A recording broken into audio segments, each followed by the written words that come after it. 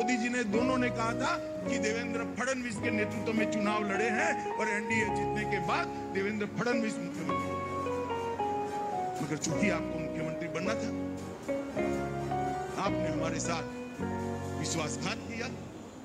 मैं खुद उस वक्त शिवसेना के साथ जो संवाद हुआ मैंने खुद ने किया, और मैं फिर से आज कहना चाहता हूं कि उस वक्त तय हुआ था कि देवेंद्र फडणवीस के नेतृत्व में चुनाव लड़ा जाएगा और मुख्यमंत्री भारतीय जनता उतर गए।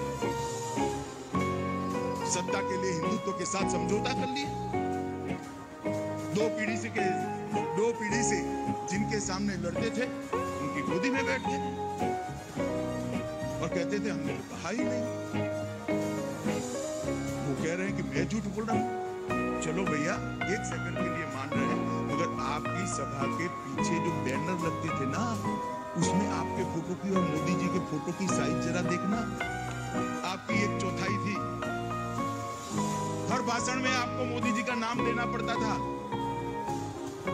आपकी उपस्थिति में मैंने और मोदी जी ने दोनों ने कहा था कि देवेंद्र फडणवीस के नेतृत्व में चुनाव लड़े हैं और एनडीए जीतने के बाद देवेंद्र फडणवीस मुख्यमंत्री, मगर चूंकि आपको मुख्यमंत्री बनना था, आपने हमारे साथ विश्वासघात किया, सत्ता पर बैठे। सुन लिया आपने ये बयान।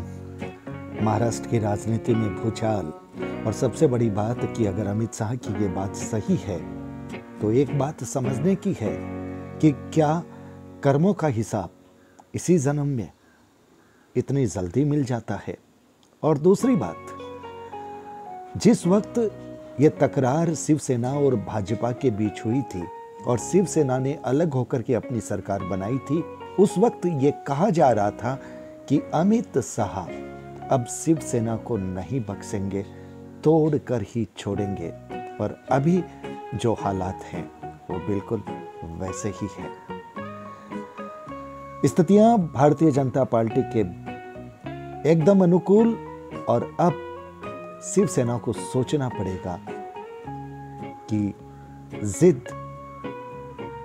का खामियाजा भी जब भुगतना पड़ता है तो कितना भुगतना पड़ता है।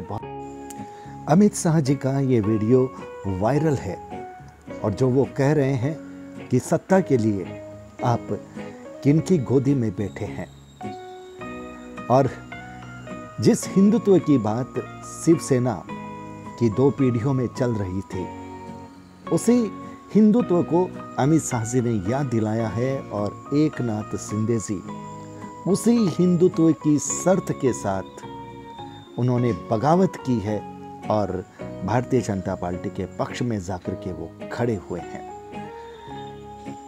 राजनीति में कब क्या बदलता है कुछ नहीं कहा जा सकता, लेकिन अभी के जो हालात हैं वो बिल्कुल ऐसा लग रहा है कि उद्धव जी की सरकार अब जाने वाली लग रही है।